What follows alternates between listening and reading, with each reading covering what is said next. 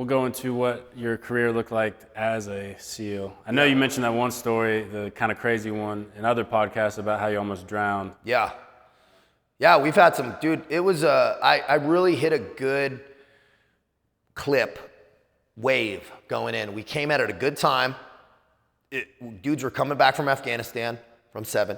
The culture there at the time was good. Culture's changed now, right? And I'll even have team guys, younger guys who are in at right now who go, dude, it's a little bit different. Think about it. The guys that were coming in, it was all wartime. Iraq, Afghanistan, they were actively engaged, so there was not a lot of bullshit, right? There wasn't a lot of dog and ponies and this and that. It was about work and training, and if it wasn't that, they were like, get out of here and go handle your life business.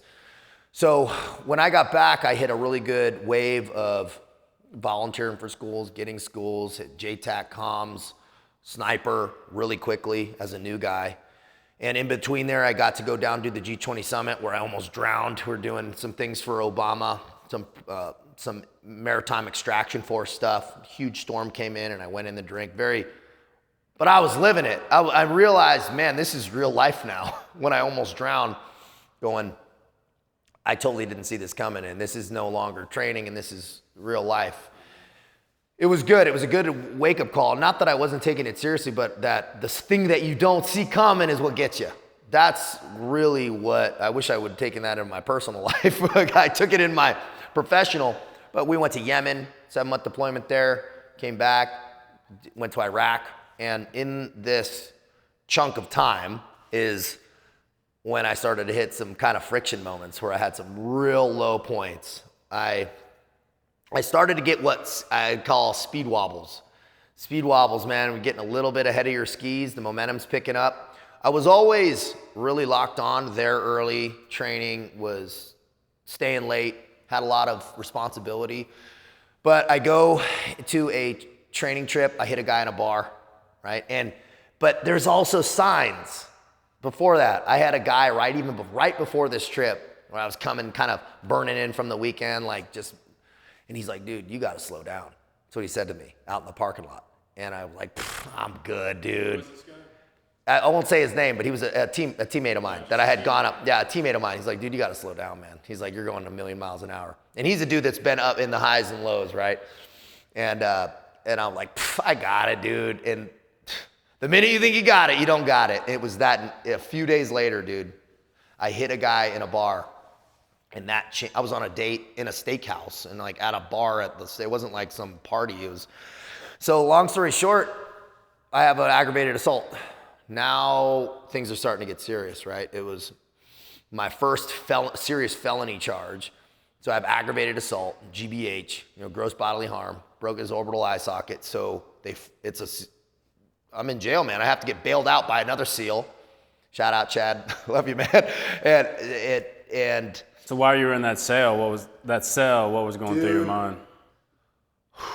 Man, because I was coming out, I was blacked out when that happened, right? Or like browning out, so I was emotionally responsive, just completely, I was not in the right? I wasn't a victim in the situation, right? Regardless of whatever how the situation transpired. I had made my own decisions, right? And I didn't remove myself from the situation when I should have earlier. So now I'm in this cell. Now I'm in orange. Now I'm sitting there and I get taken up on the screen for indictment, arraignment. And they're saying, hey, this guy's a Navy SEAL. He's got guys from his command out in the back, and everyone in the cell kind of looks at me, and I'm going, and I was sitting there going, bro, my whole world's done. I have a felony. You can't have a felony with a top secret clearance, man. I don't know if people are aware, but I have a top secret clearance at the time, which not every SEAL has, so because we had went to Yemen, we needed it, which is a whole other thing getting through that, right, with my background. So I was like, had been given all these gifts. The fact I was even a SEAL even there was a miracle. After everything you worked After everything. And it wasn't like I got it taken away. I gave it away. That was the worst part. I gave it away, dude. After I had people warning me along the way. And I had warning myself. So I get picked up. they take me, you know, back to the hotel and they go, just post up here. So long story, dude, that was a rough couple days, bro. I get in texts from the command. People were like, hey, dude, you know, keep your head up type things. But I was like, oh, man, dude, I am so just bottomed out, hurting, that visceral type of pain. And coming out now, I'm pulled out of the platoon. And just to kind of expedite this a little bit, months later, I get a good lawyer, really good connection, expensive but good. How did your teammates like talk to you throughout this process? Like, were they like, man, you screwed up bad, or were they supportive? Or... Well, it was the first time, right? And it was a fight, and so it was me punching, and they had it on video, and so in my board, I have all the leadership, and they're like, oh, you know, so it's on video, where it's aggressive, but you're in a SEAL community, and they're not like, you know, probably if I would have gotten my ass kicked, it would have been worse. You know that. So it was actually in the SEAL community. It wasn't. They didn't care, right? They were like, dude, don't get in trouble. Be smart about this shit. They cared more about me being pulled out, and now they're having to deal with more shit, and that's the worst part of it, right? It's mission readiness, and now you're taken away from mission readiness. That's more what it's about. Becoming a burden. So that was what I was getting grilled for, less than the action, right? But, you know, actions have consequences. And so I get actually put back with the platoon to train pretty quickly after they see the court cases kind of getting kicked down the thing. But, dude, my plea deal was 6 years in prison plus 3 parole. That's what they were sticking with. And I'm getting sued for $500,000. So I have a civil case, this going on. I'm dealing with massive amount of pressure. The team writes a letter. This is some months later, and I deploy to Iraq on bail. They go, dude, we need disqualifications, go to Iraq. I go, just please get me to deployment. I would have died, dude, I would have felt so bad if I would have missed that deployment, but I made it. And now I'm on a helicopter, and I remember flying from Baghdad up to like south of Mosul, and just me and another guy at night getting dropped off at this spot.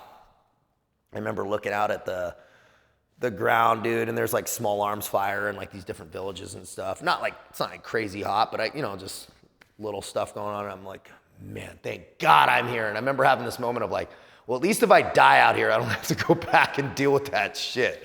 And that was the truth, man. I really felt that. And that deployment, though, was stressful.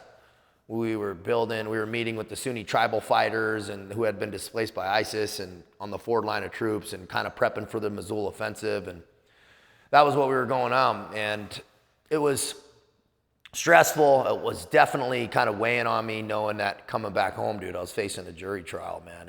I had some low moments on that roof, taking watch on the roof at 3 a.m, smoking these little cigarettes. They have these little Korean cigarettes, and I'm smoking these little Korean cigarettes going, oh man, I volunteered to stay out there longer. I thought about joining the Kurdish Peshmerga and just not going back.